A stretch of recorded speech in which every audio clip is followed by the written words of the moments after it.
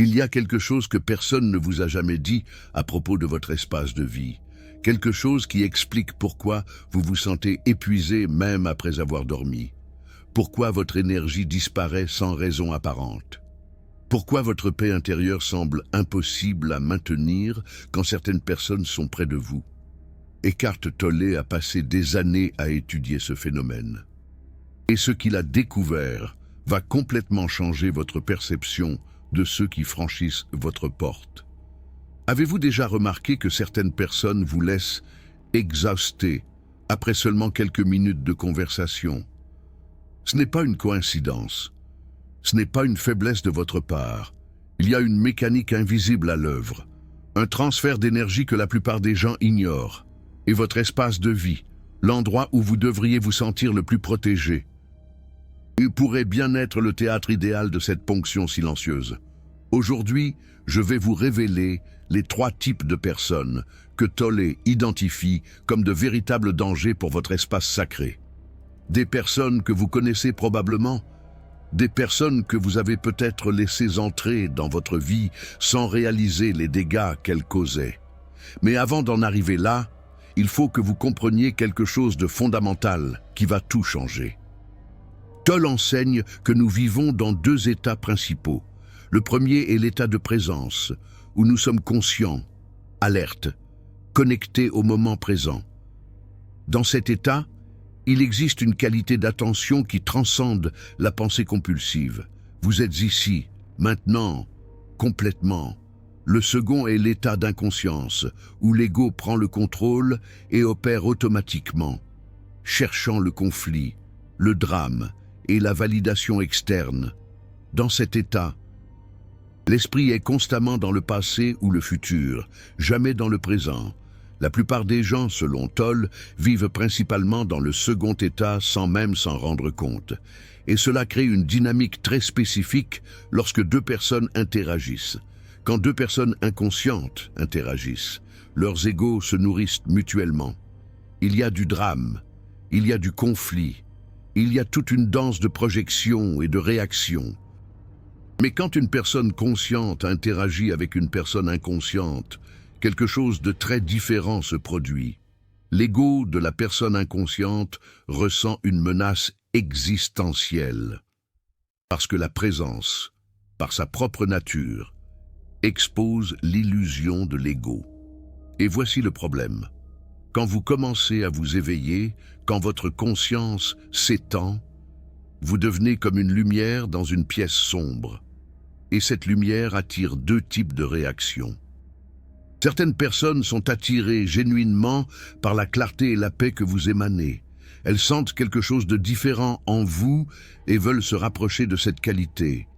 Mais d'autres, les personnes profondément inconscientes, ressentent une menace profonde.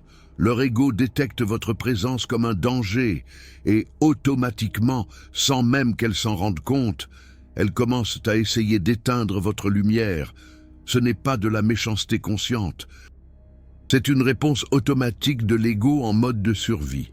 Cela nous amène au premier type de personnes dangereuses que Tolle vous met en garde de tenir éloigné de votre espace de vie.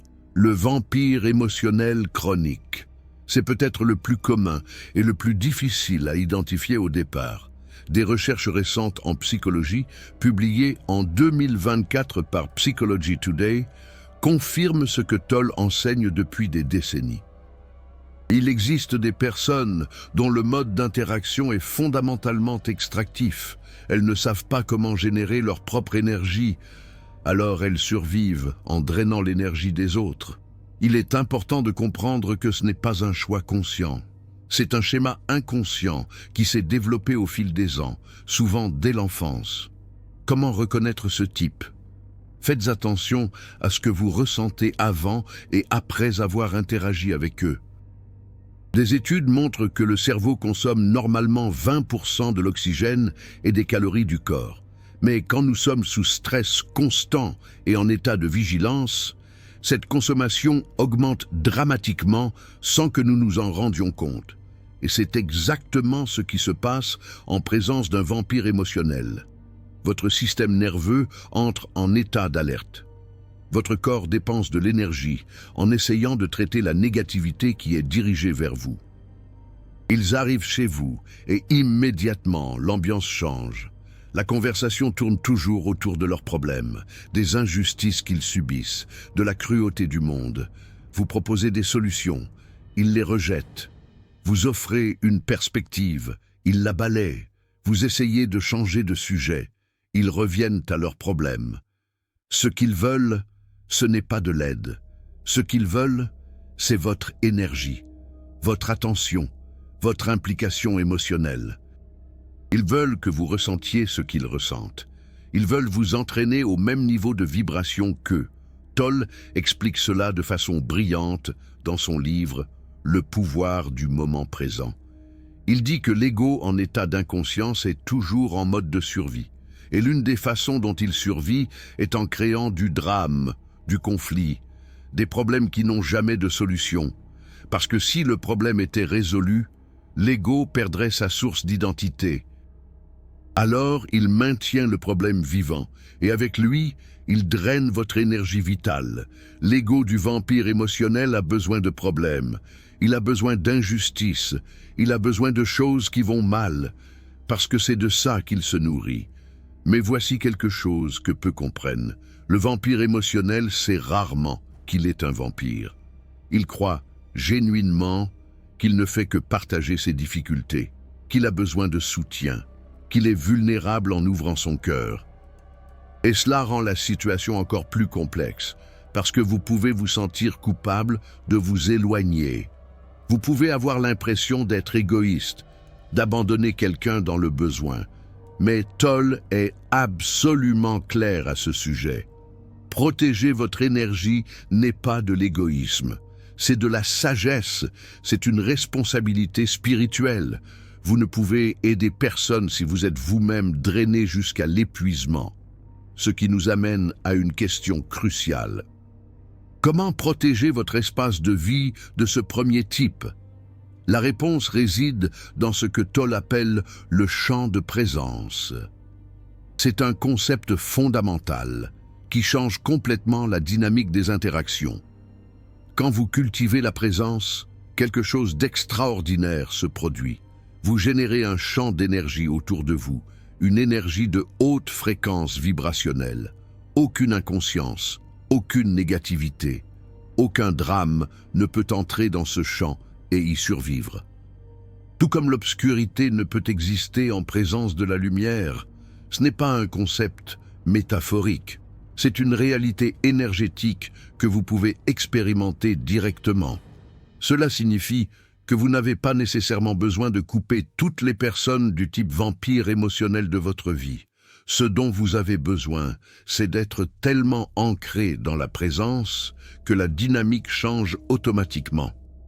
Quand vous ne réagissez pas, quand vous ne vous impliquez pas dans le drame, quand vous restez comme un témoin observateur plutôt qu'un participant émotionnel, le vampire émotionnel perd sa nourriture. L'énergie qu'il cherchait à extraire n'est tout simplement pas disponible. Et éventuellement, soit il change son approche, soit il s'éloigne naturellement à la recherche d'une source plus accessible. Mais maintenant, nous devons parler du deuxième type. Et celui-ci est encore plus dangereux parce qu'il se présente souvent déguisé en quelque chose de positif, déguisé en attention, en sollicitude, déguisé en préoccupation génuine, le juge constant. Ce type de personne vit dans un état permanent d'évaluation. Tout est jugé, tout est comparé, tout est catégorisé comme juste ou faux, meilleur ou pire, supérieur ou inférieur. Il n'existe aucune neutralité dans le monde interne de cette personne. Et quand cette personne entre dans votre espace de vie, elle apporte avec elle une énergie invisible de tribunal. Vous devenez l'accusé. Votre espace de vie, vos choix, votre décoration, votre vie, tout entre en jugement. Et même si elle ne dit rien explicitement, vous sentez le poids de cette évaluation constante. Eckhart Tolle identifie cela comme l'une des manifestations les plus fortes de l'ego. Il dit dans Le pouvoir du moment présent qu'il n'existe rien qui renforce plus l'ego que d'avoir raison. Et pour avoir raison, quelqu'un doit avoir tort. Pour être supérieur, quelqu'un doit être inférieur. Le juge constant a besoin de trouver des failles chez les autres pour soutenir sa propre identité, pour se sentir supérieur, pour alimenter son sens de séparation. Sans cela, son ego entrerait en collapsus. Ce qui rend ce type particulièrement dangereux pour votre espace de vie, c'est la subtilité avec laquelle il opère. Le juge constant rarement critique ouvertement. Il utilise des techniques plus sophistiquées que la plupart des gens ne reconnaissent. Un regard de désapprobation, un silence chargé après que vous ayez partagé quelque chose, un compliment empoisonné qui cache une critique, des commentaires apparemment innocents qui plantent des graines de doute sur vos choix. Des questions qui semblent genuines, mais qui chargent un jugement implicite.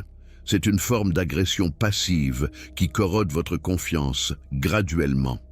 Vous vous souvenez quand j'ai parlé de comment la présence attire différentes réactions. Le juge constant réagit à votre lumière en essayant de la diminuer. Si vous êtes en paix, il va questionner si vous n'êtes pas passif, ignorant des problèmes réels. Si vous êtes heureux, il va suggérer que vous ignorez des problèmes importants, vivant dans la négation.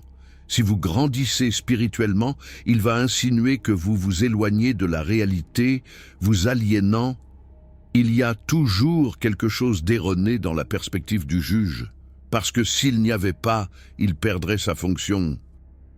Des études en psychologie de 2024 sur les relations toxiques confirment qu'une exposition prolongée à ce type de dynamique cause une diminution du bonheur, une augmentation de la honte et une difficulté à atteindre des objectifs personnels. L'impact est réel, mesurable, documenté scientifiquement et dévastateur pour votre chemin d'éveil parce que vous commencez à douter de vous-même. Vous commencez à questionner vos choix. Vous commencez à internaliser la voix du juge jusqu'à ce qu'elle devienne votre propre voix interne. Mais Tolle offre une clé fondamentale pour gérer cela. Il enseigne que la non-réaction à l'ego des autres est l'une des formes les plus efficaces, non seulement de transcender votre propre ego, mais aussi de dissoudre l'ego collectif humain. Mais vous ne pouvez être en état de non-réaction que si vous reconnaissez que le comportement de la personne vient de l'ego, que c'est une expression de la dysfonction humaine collective. Quand vous percevez que ce n'est pas personnel, que cette personne jugerait n'importe qui à votre position, il n'existe plus de compulsion pour réagir comme si c'était une attaque personnelle. Cela transforme complètement la dynamique.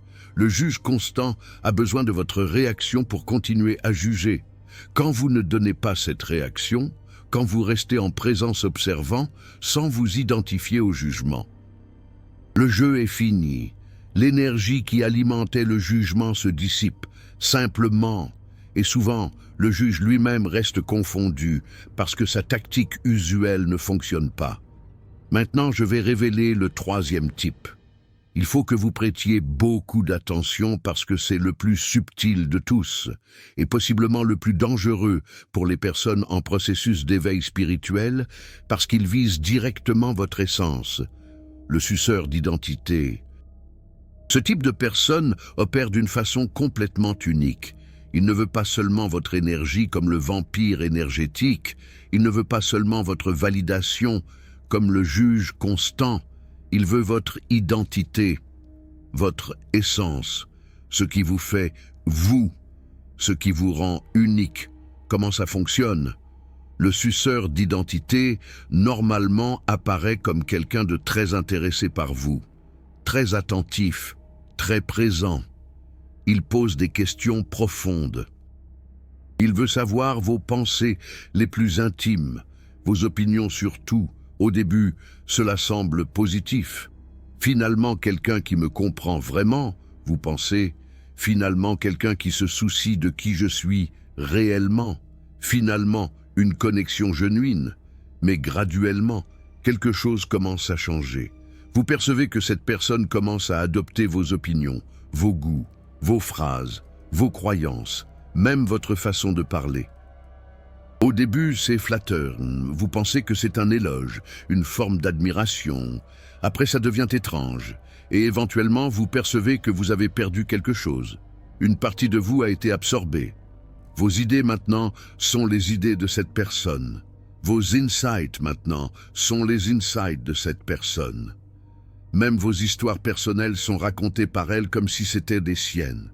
Et curieusement, vous vous sentez moins vous-même, plus diffus, moins clair sur qui vous êtes. Cela arrive parce que le suceur d'identité vit dans un vide interne profond. Selon la théorie des relations objectales mentionnée dans des études académiques de 2024, certaines personnes créent un faux moi en réponse à des expériences précoces de négligence ou de rejet émotionnel. Une image exagérée et idéalisée, utilisée pour compenser des sentiments d'inadéquation. Ils n'ont pas accès à une essence propre parce que cette essence n'a jamais été permise de se développer. Et pour maintenir cette image, pour avoir une certaine forme d'identité, ils ont besoin constamment d'absorber des caractéristiques des autres. Toll aborde cela quand il parle de comment l'ego crée une identité à travers une identification externe, statut social, possession, relation, croyance, réalisation. Tout devient partie du moi.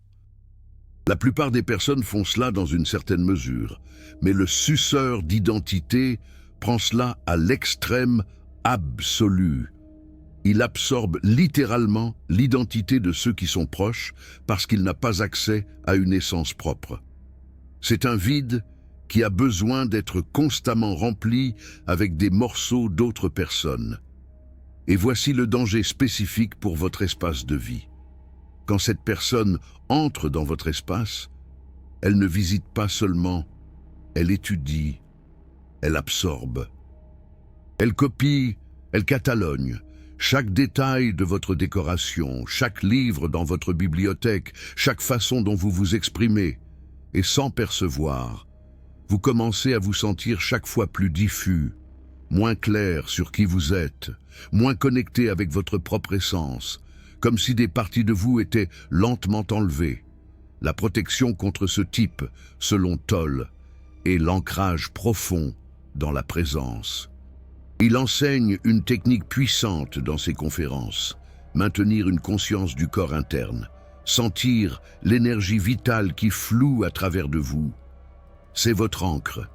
Et quand vous êtes ancré dans cette énergie vitale, dans votre essence la plus profonde, personne ne peut vous déposséder de votre identité, parce que vous n'êtes pas identifié à des caractéristiques externes. Vous n'êtes pas vos opinions, vous n'êtes pas vos goûts, vous n'êtes pas votre histoire. Vous êtes connecté à quelque chose de plus profond, quelque chose qui ne peut être ni copié, ni absorbé, parce que ce n'est pas une chose, c'est la présence pure. Pour revenir à ce que je disais au début, sur la façon dont votre espace de vie peut être le décor parfait pour une perte d'énergie. Vous comprenez maintenant pourquoi, en profondeur, votre espace de vie est l'endroit où vous baissez la garde, où vous vous détendez, où vous vous ouvrez, où vos défenses naturelles se dissolvent. Et c'est précisément pour cela qu'il est si important d'être sélectif quant à qui vous autorisez à entrer dans cet espace sacré. Votre espace de vie devrait être votre sanctuaire, votre lieu de ressourcement, pas un lieu de drainage. Eckhart Tolle dit quelque chose de profond à ce sujet dans ses enseignements. Vous protégez votre espace non par peur, mais par dévotion. Votre espace de vie devient un temple. Votre silence devient une pratique. Votre solitude devient un professeur. Vous n'avez pas besoin de vous excuser pour vos limites. Vous n'avez pas besoin de justifier votre solitude. Vous n'avez pas besoin d'expliquer pourquoi les visiteurs vous drainent. Votre énergie vous appartient, votre espace interne vous appartient, et il est de votre responsabilité de protéger cela. Mais il y a un piège ici que je dois mentionner. Toll met clairement en garde contre cela, afin d'éviter les malentendus. Il dit que vous pourriez avoir besoin de prendre des mesures pratiques pour vous protéger des personnes profondément inconscientes. Vous pouvez le faire sans les transformer en ennemis, sans haine, sans ressentiment, votre meilleure protection, cependant, est d'être conscient. Quelqu'un ne devient un ennemi que si vous personnalisez l'inconscience qui est l'ego. Si vous voyez comme une attaque personnelle ce qui est en réalité un dysfonctionnement universel, c'est crucial à comprendre.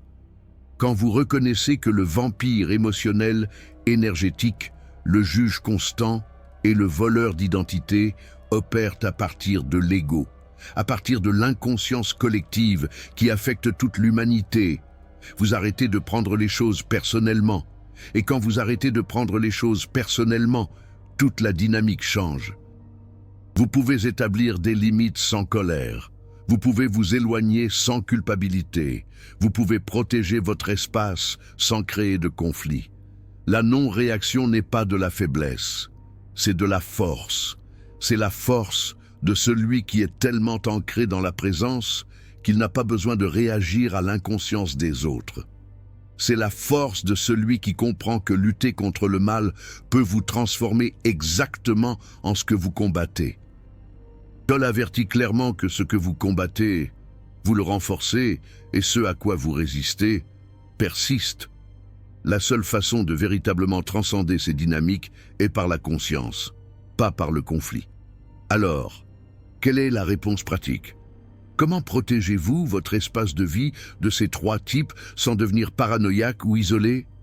Sans vous fermer au monde? La réponse réside dans la qualité de votre présence. Quand vous cultivez la présence quotidiennement, à travers la méditation, à travers l'attention consciente, à travers des moments de silence intérieur, quelque chose de magique se produit. Vous développez une sorte de radar naturel. Vous commencez à sentir instantanément qui opère à partir de l'ego et qui est dans un état de plus grande conscience. Ce n'est pas un jugement, c'est une reconnaissance. Et cela change complètement vos interactions et vos choix quant à qui entre dans votre vie. Avec le vampire émotionnel, énergétique, vous devenez un mur transparent. La négativité passe à travers vous sans affecter votre essence. Vous écoutez sans absorber. Vous témoignez sans vous impliquer. Avec le juge constant, vous devenez un miroir. Le jugement revient à la source sans trouver de cible en vous. Vous restez inébranlable parce que vous ne recherchez pas l'approbation externe. Avec le voleur d'identité, vous devenez inaccessible dans votre essence. Votre ancrage est si profond dans l'être qu'il n'y a rien à la surface à absorber. Vos caractéristiques externes peuvent être copiées, mais votre essence reste intouchable. Et il y a un bonus inattendu. Quand vous changez de cette façon, beaucoup de ces personnes s'éloignent simplement naturellement. Elles perdent de l'intérêt parce que vous ne fournissez plus ce qu'elles recherchaient. Le vampire ne trouve pas d'énergie à drainer parce que vous n'entrez pas dans le drama. Le juge ne trouve pas de réaction à alimenter parce que vous ne recherchez pas son approbation. Le voleur ne trouve pas d'identité à absorber parce que vous n'êtes pas identifié à des choses externes. Et les personnes authentiques, celles qui opèrent à partir d'une plus grande conscience, se rapprochent. Votre présence attire la présence, votre lumière attire la lumière, et votre espace de vie se transforme véritablement en un sanctuaire, un espace où la conscience rencontre la conscience. Avant de continuer, je veux faire une pause. Si ce contenu résonne avec vous, si vous reconnaissez ces schémas dans votre propre vie, si quelque chose à l'intérieur de vous dit oui en écoutant ces mots, cela signifie quelque chose d'important. Cela signifie que vous vous éveillez, que votre conscience s'étend, que vous sortez de l'état automatique dans lequel vit la majorité de l'humanité. Et cela a une valeur que peu de choses dans ce monde ont. Cette chaîne existe pour apporter ce type de connaissances transformatrices. Connaissances que la plupart des chaînes ne partagent pas parce que c'est trop profond, trop subtil, trop difficile pour l'esprit conventionnel. Si vous voulez soutenir la continuité de ce travail, si vous reconnaissez la valeur de cela, le Super Thanks est une façon de dire que cela compte, que vous faites partie de ce voyage d'éveil collectif. Ce n'est pas un paiement pour du contenu, c'est un positionnement. C'est vous qui choisissez activement d'être du côté de la conscience. Maintenant, laissez-moi vous donner quelque chose de pratique, quelque chose que vous pouvez appliquer à partir d'aujourd'hui pour protéger votre espace de vie et votre énergie. Toll enseigne une technique qu'il appelle l'ancrage dans le corps intérieur. C'est peut-être l'outil le plus puissant qu'il partage. Cela fonctionne comme ça. Avant que quiconque n'entre dans votre espace de vie, avant toute interaction importante, vous fermez les yeux pendant quelques secondes, sentez vos pieds sur le sol, sentez vos mains, sentez l'énergie vitale qui palpite en vous, surtout dans la poitrine et dans l'abdomen. Et maintenez cette conscience du corps intérieur pendant toute l'interaction. Quand vous faites cela, quelque chose d'extraordinaire se produit. Vous ne perdez pas votre présence, même quand l'autre personne essaie de vous entraîner dans le drama, même quand elle juge, même quand elle essaie d'absorber votre essence. Vous restez ancré dans votre corps, dans le moment présent, dans votre énergie vitale. Et de cet ancrage vient votre véritable protection. Et pas une protection de résistance, une protection de présence. Si vous perdez cet ancrage pendant l'interaction, si vous remarquez que vous avez été entraîné dans une réaction, revenez simplement, sans jugement, sans frustration. Sentez le corps à nouveau. Reconnectez-vous avec l'énergie interne et continuez. Avec la pratique, cela devient automatique. Votre système nerveux apprend à maintenir cette connexion même dans des situations difficiles. Et votre espace de vie devient véritablement impénétrable aux énergies inconscientes. Les signes que cela fonctionne sont clairs et vous les reconnaîtrez rapidement. Vous noterez que votre énergie se maintient stable, même après des interactions difficiles. Vous noterez que les personnes qui auparavant vous drainaient semblent avoir moins d'impact. Vous noterez que votre paix intérieure devient de plus en plus solide. Indépendamment de qui est ou n'est pas dans votre espace de vie, vous noterez également que vos interactions gagnent une qualité différente. Plus de clarté, moins de drame, plus de présence, et le plus beau de tout, quand vous protégez votre énergie ainsi, vous ne vous protégez pas seulement vous contribuez à l'élévation de la conscience collective. Chaque personne qui maintient la présence au milieu de l'inconscience devient un point de lumière, un phare. Et suffisamment de points de lumière finissent par illuminer toute la pièce, tout le monde.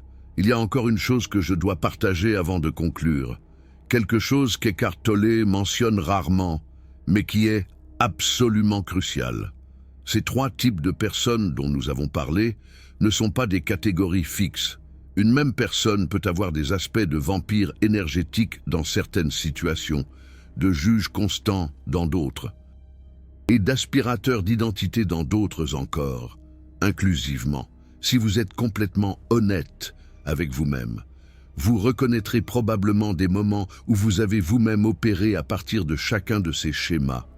Ceci n'est pas pour créer de la culpabilité, c'est pour créer de la conscience. Quand vous reconnaissez ces schémas en vous-même, deux choses se produisent. Premièrement, vous développez de la compassion pour les personnes qui opèrent ainsi. Parce que vous comprenez qu'elles sont prises au piège dans des cycles inconscients dont elles ne peuvent s'échapper seules.